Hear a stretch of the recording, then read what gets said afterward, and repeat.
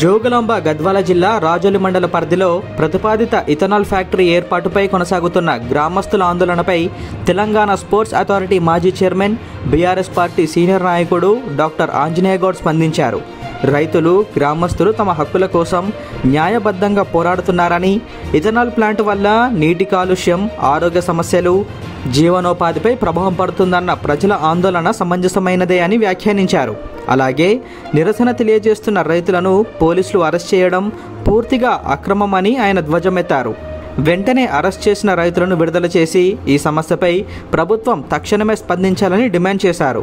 కాగా రైతుల పోరాటానికి అన్ని వర్గాలు, రాజకీయ పక్షాలు అండగా నిలవాలని, ప్రజాస్వామ్యంలో ప్రజల అభిప్రాయానికి గౌరవం ఇవ్వాలని, అధికార యంత్రాంగం సామరస్యంగా వ్యవహరించాలని డాక్టర్ ఆంజనేయ గౌడ్ స్పష్టం చేశారు.